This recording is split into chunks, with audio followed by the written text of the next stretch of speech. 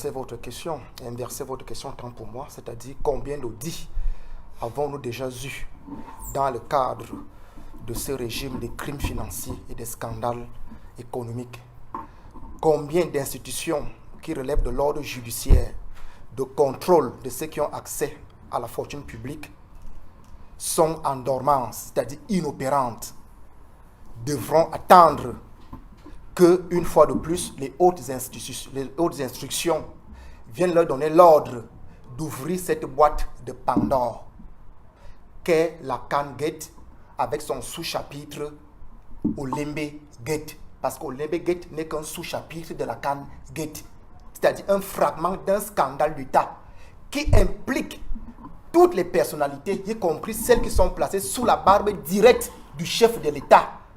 Parce qu'on se souvient que la task force de la Coupe d'Afrique des Nations, quant à son organisation et la construction des infrastructures, était logée bien à la présidence de la République. Comme la task force du Covid était bien logée à la présidence de la République.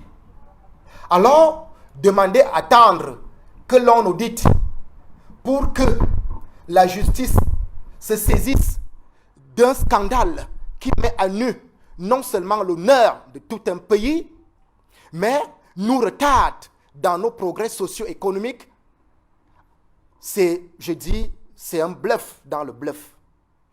Je voudrais dire que quand on regarde tous ces scandales financiers qui se chiffrent à coups de milliards, quand on regarde la gouvernance publique au Cameroun, la gouvernance publique économique et financière, on peut se demander si au sommet de l'État, vraiment, la fonction présidentielle fait sa plénitude. Parce que nous autres du MRC, quand de temps en temps nous vous rappelions que la fonction présidentielle, de manière opérationnelle, souffre d'une vacuité, le vacuum de la fonction présidentielle, c'est parce que le chef de l'État s'est réfugié dans la fonction présidentielle sur peut-être un ou deux articles de la Constitution, au regard de toutes les charges que la Constitution et le pouvoir que la Constitution lui confère. C'est l'article 10, alinéa 2 et 3, c'est-à-dire la délégation des pouvoirs, qui va avec les hautes institutions. Lorsqu'il délègue les pouvoirs en février 2019, donc 3 mois après qu'il ait pris fonction, 3 mois, c'était la démission actée sur le plan juridique du chef de l'État, c'est-à-dire je ne peux plus être celui-là qui est garant du fonctionnement régulier des pouvoirs publics. Parce que tout ce qu'on cite, ça veut dire que les pouvoirs publics n'ont pas joué leur rôle. L'objectivité et la performance dans la gouvernance des projets. L'objectivité et la performance gouvernementale dans la gouvernance des projets. Les pouvoirs publics ont fait fausse route à côté d'un chef d'État fatigué, qui ne peut plus contenir ses charges.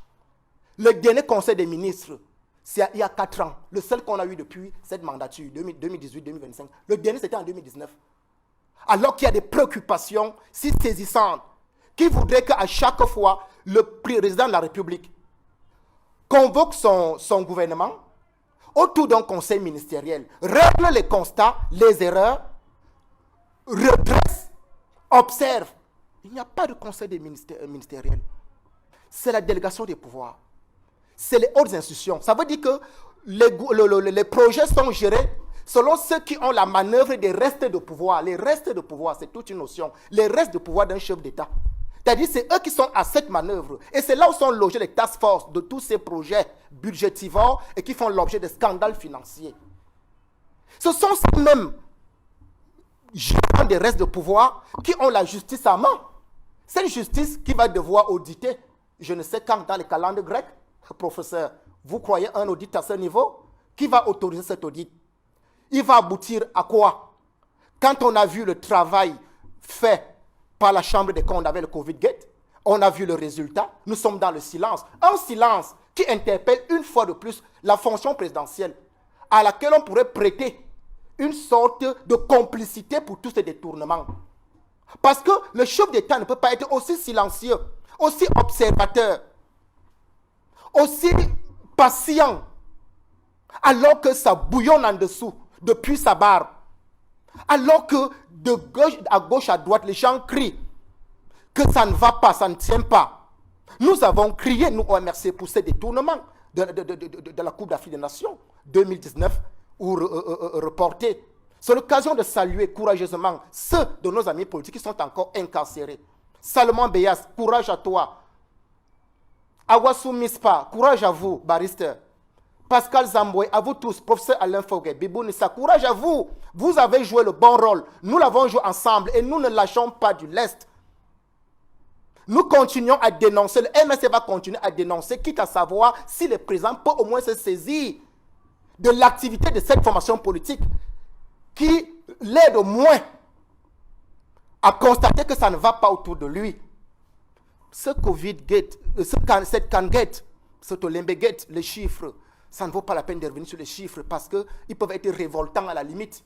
Quand on parle de milliards et de milliards qui s'envolent en fumée sans que les actes, la concrétisation soit réalisée, alors que ces actes, le complexe a été sorti du sol, l'impact social économique, on l'aurait eu aujourd'hui. Ce chantier, il a des allures abandonnées. Ceux qui s'y rendent disent qu'il y a des poubelles qui sont tout autour, des montagnes d'ordures. C'est une honte. C'est la faillite de l'État. Il faut évoquer là la faillite de la République. C'est la faillite parce que si un gouvernement, si le président de la République ne peut plus contrôler son gouvernement, c'est à lui de contrôler son gouvernement. S'il ne peut plus le contrôler, c'est la faillite de l'État. S'il ne peut plus contenir ses ministres, c'est la faillite de l'État. C'est la faillite d'un système. C'est la raison pour laquelle il faut sauver la République. C'est la raison pour laquelle nous demandons à tous les Camerounais de se lever, de participer activement aux échéances électorales de 2025 ou avant. Parce qu'il faut changer l'ordre dominant de 82 qui est devenu aussi nocif sur le plan économique et social, même sur le plan des institutions. Nous leur demandons parce que si nous ouvrons ces pages de détournement de corruption, c'est devenu monnaie courante. C'est la Bible qu'on chante partout. Mais il faut remplacer ce ordre pensant. Il devrait se faire excuser. Professeur Edmond, demandez à vos camarades d'organiser une conférence pour se faire excuser, pour demander pardon aux Camerounais, avant de voir si la justice, au moins, aura les mains libres cette fois-ci de pouvoir se saisir de ce problème. Je m'arrête d'abord à ce niveau.